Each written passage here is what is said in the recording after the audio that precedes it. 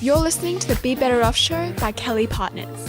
Well, welcome to the Be Better Off Show, where we get great Australians doing interesting things to share their journeys, their ideas, and some inspiration on a Friday morning, 8 a.m. here in Sydney. Today, I've got Ben Thompson, founder and CEO of Employment Hero.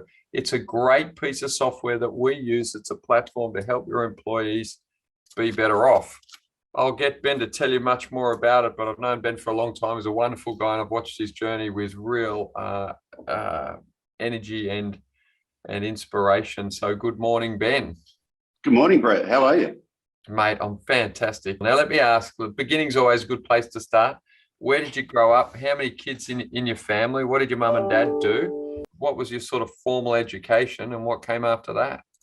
Wow. Okay. There's a bit there. So I'm Sydney born and bred in Frenchs Forest, and then ended up in boarding school up in Armidale and university up there as well. So spent time in the city and the country, ended up in Armidale for about 8 years. Did economics and law while I was at university.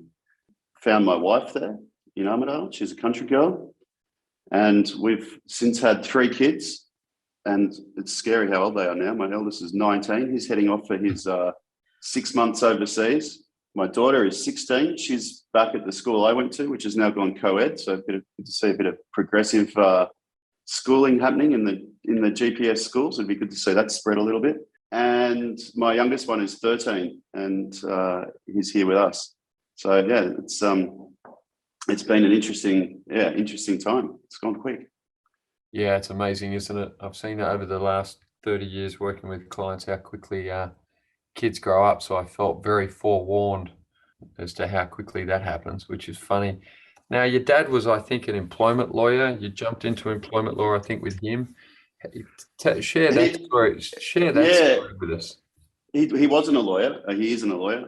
He'd like to think he is. He finished school and became a cadet with Qantas in management. And at the time, they'd call it a cadet, like a graduate program, and went into HR and became HR director for sort of multinationals and finance companies, Perpetual, Sun Alliance Insurance. Didn't really love the corporate environment, although he did 20 or 30 years of it, but then eventually started his own HR consulting practice when the laws in New South Wales started to be deregulated during the Keating era and beyond, and there was a bit more flexibility, and you could start for the first time making enterprise agreements. So he left the corporate environment, went out on his own and forged an entirely new sort of area of business, just helping SMEs understand employment in better ways and work together to formulate the best employment arrangements for the conditions of their particular business and their particular employees, which, sounds, fairly reasonable, but at the time, it was quite a difficult thing, so much reform, so much politics in employment. But he loved it. He loved the battle. He loved to forge new paths. And our dining room conversation was always around employment, industrial relations, and politics. It was just a really interesting time. So that was decades that he was doing that. Mum, meanwhile, she was actually working at Stuart House, a school for kids that come down from the country, as a teacher's aide, and then she became a personal assistant or an EA to the executives at Blackmore's here on the Northern Beaches as well. So she was helping people out and eventually joined Dad in the business. And so it was very much a family business with Dad out there cutting new paths and Mum right by his side, sort of making sure everything ran smoothly. And then myself, I joined the business in 2002. I had finished school, gone into finance, worked on the futures exchange, worked in the futures exchange, went into banking and mergers and acquisitions at Perpetual, and eventually overseas, and worked on startups and in the UK during the dot-com boom. So current economic times are quite familiar to me. Got through that and had a great time in the UK with my wife, and we moved back in 2002 to raise our family. And so I set up a law firm, which was supposed to be a technology law firm, because that's my real passion. I just love technology. Set up this, in Dad's office. He was doing his HR consulting, and I set up the technology law firm. And before I knew it, I was an employment lawyer. And that's how it all started. Yes, it's a great story. So that's what, 2002, 3, 4? Yep. I think I met you in 2011-ish. It would have been, 2008, 2000. Yeah, actually, I would have been in EO for a few years. So, yeah, it probably would have been like 09, 10. Yeah. Yeah, 2009. So you've been in employment law for 5 years. And I remember chatting, and you were trying to pull this bit of software together to give our listeners some, who are private business owners, some context. We all know that managing people, just in terms of the basics, is, have we got an employment agreement with each employee? Are we paying people appropriately in accordance with the law? Are we recording people's entitlements and arrangements that we have? Because often, we've bought about 55 businesses in our industry now, some small, some large. And often, you've got an agreement to pay somebody's mobile or their laundry or car allowance or car miles or just for the car. And then as we buy these firms, Ben, we were seeing that, there's what's been agreed, there's what's been perceived to be agreed, there's what's written down, there's what's actually been paid. And so we started to get pretty good at sort of digging in and understanding what the employment law was. It's kind of a second job I have, amongst others. And so I was very interested, for our listeners, when I met Ben, because he was in this process of trying to build a software product that made that easier for small businesses while also extracting himself from the practice of employment law. Run us through those early days. You got this idea. So let me tell you how it happened. So I joined the business, I set up my law firm. I have every intention of being, a technology lawyer. And then Dad had hundreds or maybe thousands of, no, probably not thousands, but many hundreds of small business customers around Australia that he was helping with HR, enterprise bargaining at the time was huge, and training. And he said, look, while you're finding your feet as a technology lawyer, why don't you go and meet some of these small businesses and find out how you can help them, because you need the money. No one's paying you. He also gave me a really great lesson, which I might actually just explain, because I think it's one of the most valuable pieces of advice I've ever been given. After about 2 weeks, I'm sitting at my desk and doing the odd cold call and trying to rustle up some business, and being in business for himself by that stage for well over a decade and starting from scratch. He knew what it was like. And he'd sort of look at me and see what I was trying. But one day he said, come and get some lunch. We went for a walk, and on the way there, he said, mate, I don't think it's clicked for you yet, but you've started your own business and you're doing okay, but you've got to realise there's a big difference between being an employee and being in your own business. You've just spent the last 10 years of your life, or whatever it was, basically being treated like an animal in a zoo, where somebody's responsible for cleaning your cage and bringing you water and dropping food in every day at the right time. And if you do the right things, people clap for you, and it's all very comfortable. But now you've started your own business, there is no zoo. You're in the jungle, and you have to hunt your food, you have to kill it, catch it, skin it, and you have to survive. And you have to realize that everybody else that's out there with their own business is doing the same thing. It's the law of the jungle. And you can't sit and wait for people to bring you things anymore. It's you've got to get into that mentality. And it landed. Great analogy and very nicely put. Yeah, it really landed. And I think ever since then, it's been that mentality. It's so true. Like, you realize you're in the jungle. But anyway, so it's a very, very interesting one, Ben, because when we see with clients, often when they start, it takes them a while, often takes them to run out of money to get the jolt. I've seen a lot of people, they start the business, they buy themselves a nice desk, a new mobile phone, and they've got 5 cents. And once the 5 cents runs out or gets close, all of a sudden it's like an electric shock, where they're like, oh, hang on, if I don't put anything in the bank account, nothing's going to happen. Yeah, something needs to shock you out of it. And then once you're off, you're off. But you're very lucky to have your dad do that for you. Oh, absolutely. I'm very lucky to have my dad involved. So, he's been fantastic. So, yeah, he said, look, why don't I sort of introduce you to some people, because you've got to figure out how to make some money here, and it's going to take a while. So he lined me up with intros to about 10 different small businesses. Literally, I can recall what they are. Like the Ben Dunn, who still has service stations. He's got a chain of BPs.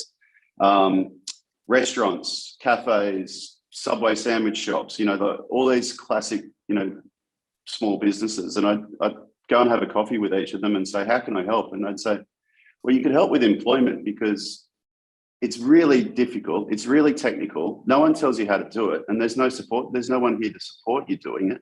You've basically got to call the Fair Work Ombudsman if you've got an issue, but they're also the prosecutors. You're outing yourself to the prosecutors when you go for advice, and they're not slow to sort of come down on you.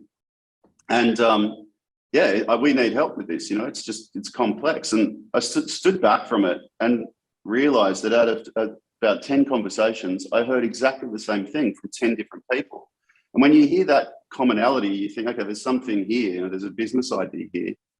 And then again, being an employment lawyer or becoming an employment lawyer and representing these guys, realizing that they are, incredibly important. 99% of businesses are SMBs, 70% of jobs are provided by SMBs, but all of the ones I met, and I believe basically all SMBs owners are living in a state of perpetual anxiety about being an employer. And so the economy where all the jobs are, the small and medium-sized businesses, they've got this handbrake on because the bigger they get, the more anxious they become about being an employer because they think, I know I'm doing something wrong. I don't know what it is, but I'm sure I'm doing something wrong. And the more people I employ, the bigger that problem's going to be. And so there's a natural state of like, well, I don't want to get too big. I don't want to employ too many people. It's completely the opposite to how we would want it. We would want small business owners to feel proud, like new parents, walking around feeling like, wow, I've created something and I'm proud of it and I want it to grow and be the best it can. And in particular, Ben, a job is unbelievably important to people. And it's easy when, I think we're about to go through that part of the cycle where that's more obvious, but it's easy when you've got a job to say, oh, well, it's easy to get a job. But once you're a provider of jobs, you have a keener appreciation of what it takes to provide that job. So employers are very anxious because the rules are very complex, not clear, and often changing. Often employees have the view that, oh, well, jobs are easy to get, so one's no better than the other, but it is a small and medium-sized business owners that are providing 70% of jobs in the economy. We've seen that big businesses, and this is what I think is interesting, so small businesses don't have much by way of resource in terms of teams, but you see huge companies like Woolies and others who've made big errors in terms of paying their people, and whether on purpose or by accident or by incompetence or whatever. Now, when you start seeing huge businesses making those mistakes, you know that the system's too complex because, they've got massive teams of people trying to get that right. And so if they can't get it right, then who can, right? So that anxiety thing, I think, is a really interesting observation because I've seen it in clients for years. They're like, oh, no, I don't want to employ more people. It's too hard and I'm worried about it. Yeah. So I sort of recognized that this was a universal problem, and where there's a universal problem, there's a bigger business opportunity. And so I sort of started to go into that area of law and business. And before I knew it, I was in court a lot. And I was trying to change the system from within. The Australian employment system is incredibly unique. It's incredibly complex. There's no other country in the world that has anything like modern awards, although New Zealand's threatening to bring them in.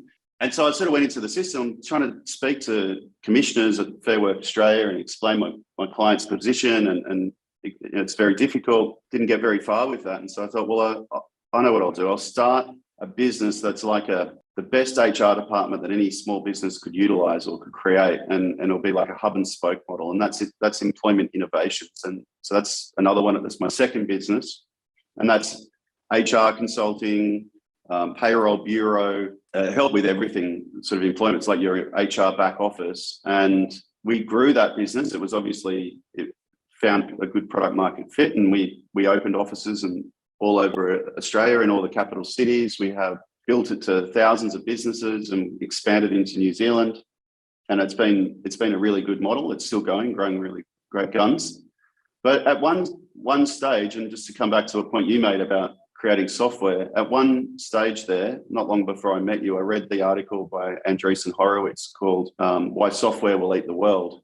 And it was a very erudite article just saying technology has advanced and made software engineering affordable and accessible to any business. And if you're in a services business and you're not building software, someone's going to eat your lunch. Someone's going to digitize what you're currently doing manually. You're going to get flogged. So I read that one night, literally walked into the office the next morning and realized I had two people who were photocopying welcome packs for our clients all around Australia, putting them into envelopes, sticking them into boxes, taping it up and putting it on in the post. I was like, well, there's an example of something that needs to be done. You know, every time you onboard somebody in Australia, they've got to choose their super fund, they've got to sign a contract, they've got to complete their TFN declaration, they've got to do their work rights. You know, do they have a visa and the right to work here? I can digitize all of that. And that was the start of Employment Hero. So we went from being a national services business to having a very small team of engineers who I basically said, your job is to digitize employment innovations and put employment innovations out of business. You know, you need to turn this business into a digital platform. And that off we went. That was the start of it. And Frank, and now, just, what year was that, Ben? Because you were just, when we did the EO like accelerator. Yeah, that would have been like 2011. Yeah, it was just, you were just doing that sort of transition at that point, having a chat with your dad, trying to work all that out, I think. Yeah. Well, yeah, that got a bit complex as well. Like working with a father, that was, you know, an interesting time. Like two bulls in one paddock there for a while. Sort of as my side of the business grew and I was working closer and closer with dad, we just lock horns on the most ridiculous little things, you know, font types, quite literally, like the structure of a sentence, you know. So that's good. Like that, like it's good in that, you know, guys, for so many of our listeners, that you know, dads with businesses, sons coming through, daughters coming through. So next generation, we've done, Ben, like in the 55 transactions, I've mainly helped people with their succession. And you can't build a large business without being able to work with older people, younger people, very, very bright people, people less bright, very driven people, less driven people. And so as you expand your ability to work with a broader range of people, you can grow obviously a larger business. But succession's hard. If it's family-based, it's even harder. It does take some maturity on the behalf of the younger person, some maturity on behalf of the older person. I often play the middle guy and try and make that happen. For people that are in that situation, you know, from the younger person's perspective, what would you say, you know, made a difference to you and your dad working through that?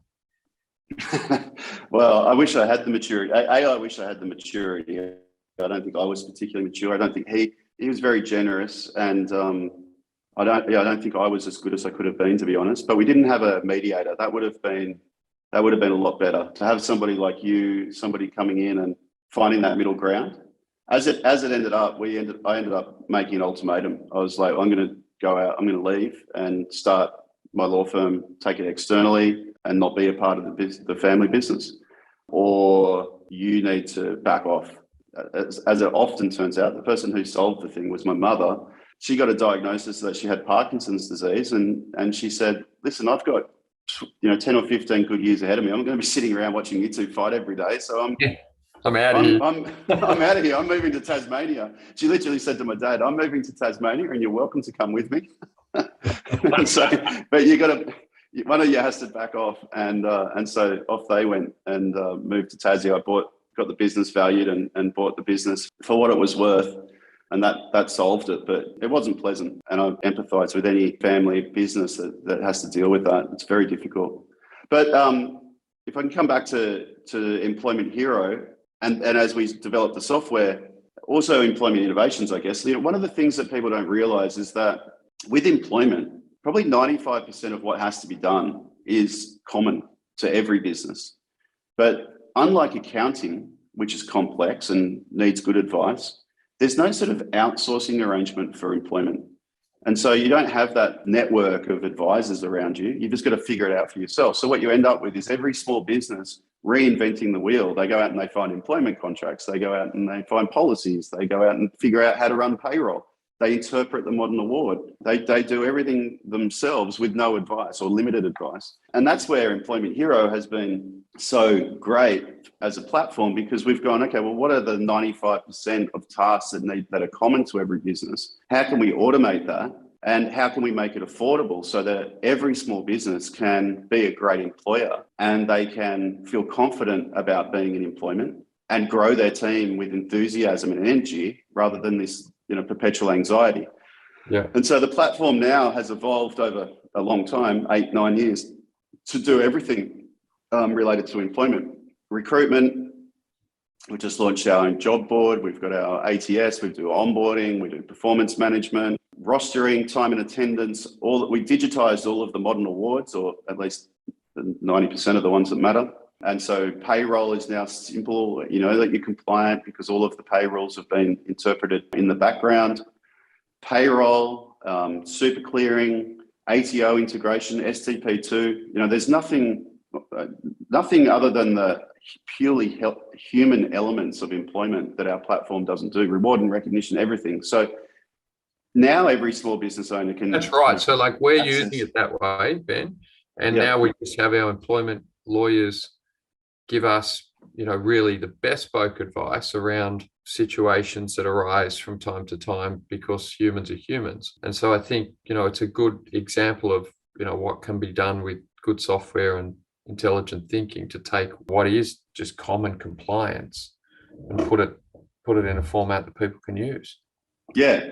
As I said, it was a universal problem, and that's been proven out by the fact that Employment Hero has been able to solve that problem, not just in Australia, but New Zealand, Singapore, Malaysia, the UK. We're expanding all through Southeast Asia. We're expanding into parts of Europe. This is not a small market to address. It's basically everybody, every country that has employment has to solve the same problems, the same set of problems, the same processes.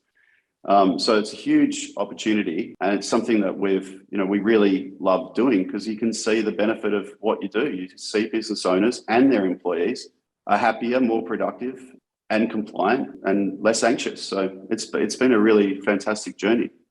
Although, having said that, we are only just getting started. There's just so much more that we're doing. And I've got to say, I'm as excited and as enthusiastic about what we're doing tomorrow and the years coming as I was the day we started the business. Isn't that funny, right? So like I certainly have the same phenomenon that when you sit and look at a business, when you're just trying to get it literally off the ground, you don't, it's a bit like a jet on a runway. You're trying to get it off the runway takes a lot of effort.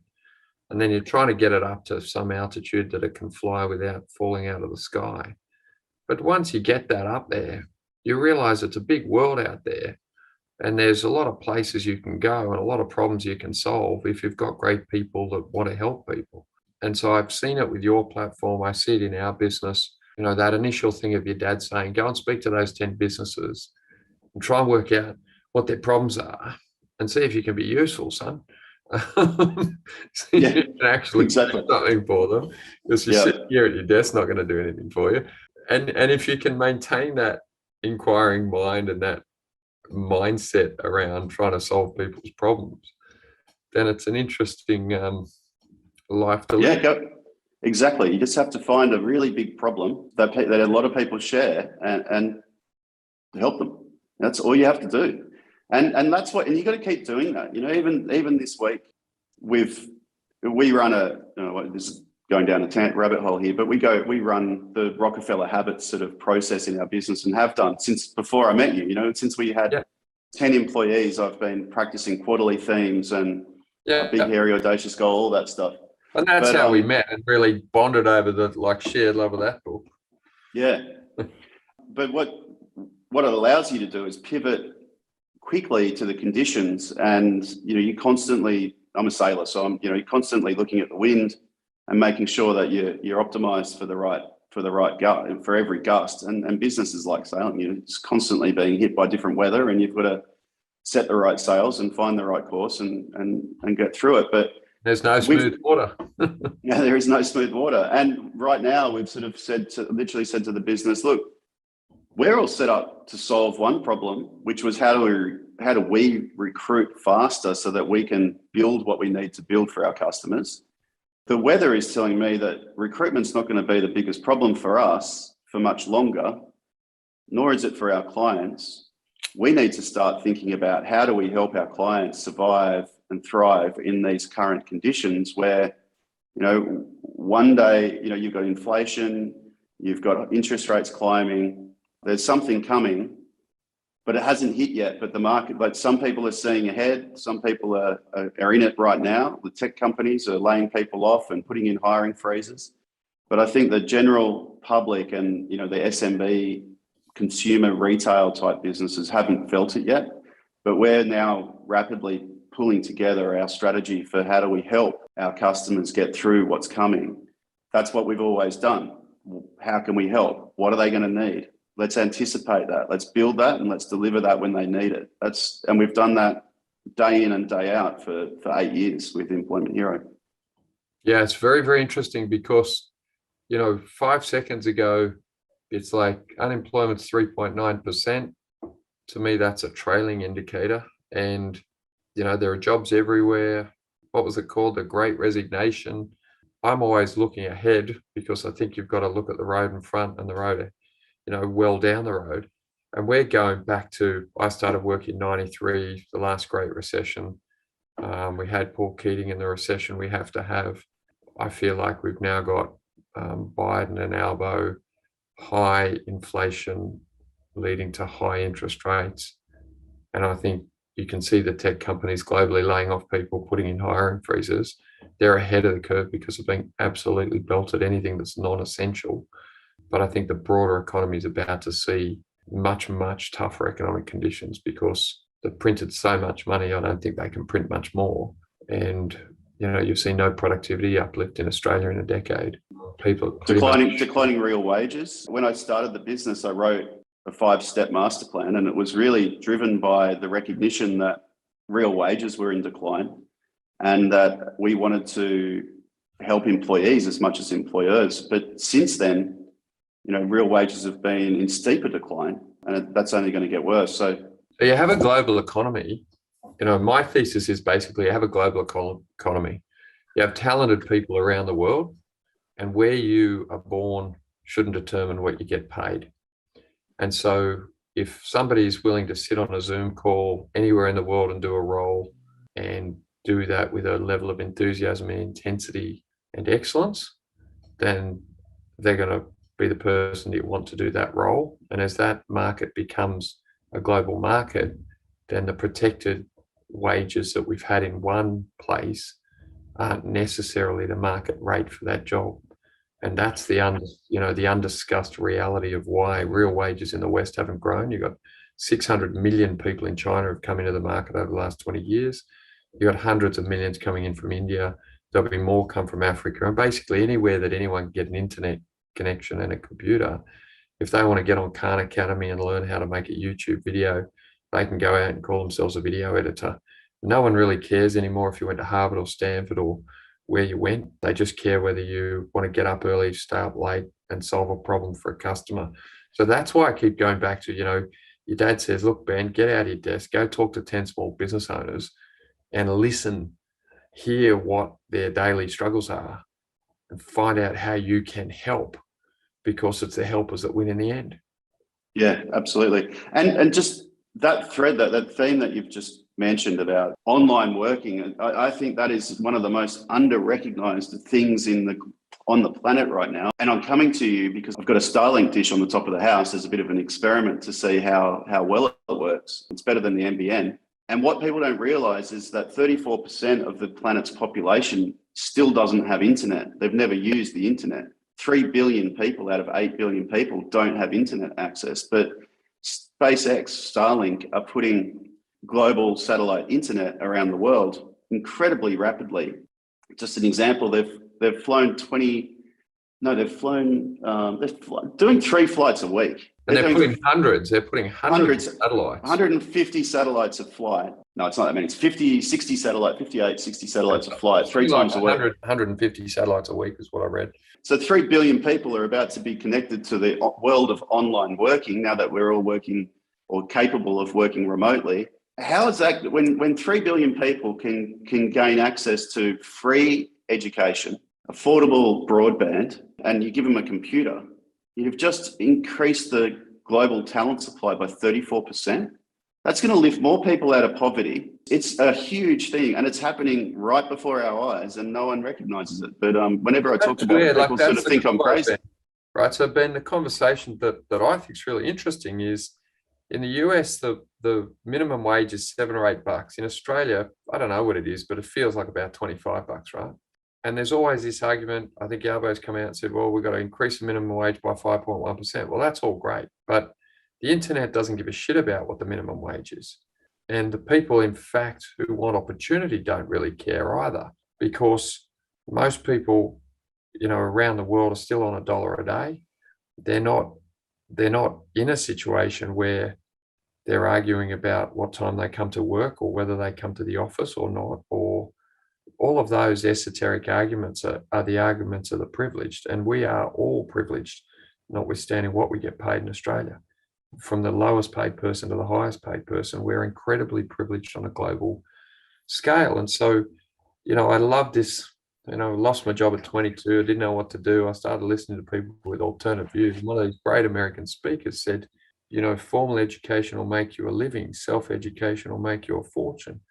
Now, most of those 3 billion people aren't going to be able to access face-to-face classes in some prestigious school or university, but they are going to be able to access phenomenal vocational training on YouTube. Today, when I want to learn something, I grab a YouTube video and it tells me how to change this or do that or fix my bike or fix my bike rack or fix my car. All the car manufacturers now, all their, welcome to your car, it's all video.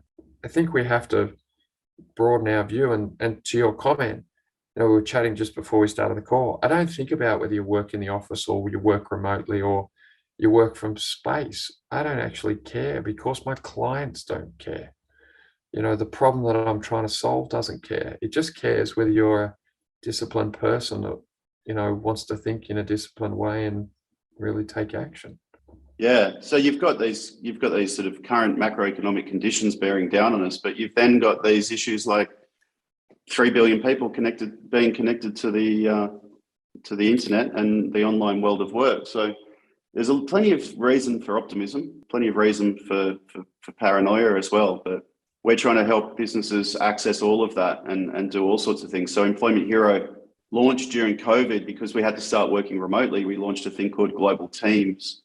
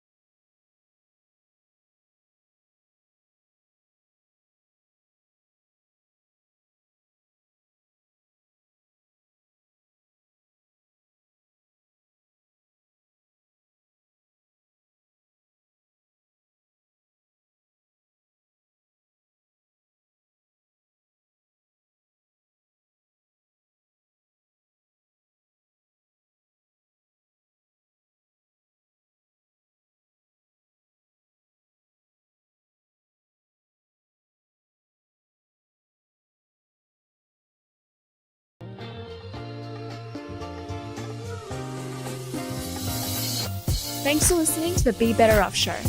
If you enjoyed this episode, don't forget to rate and review on Apple Podcasts. Have a great day.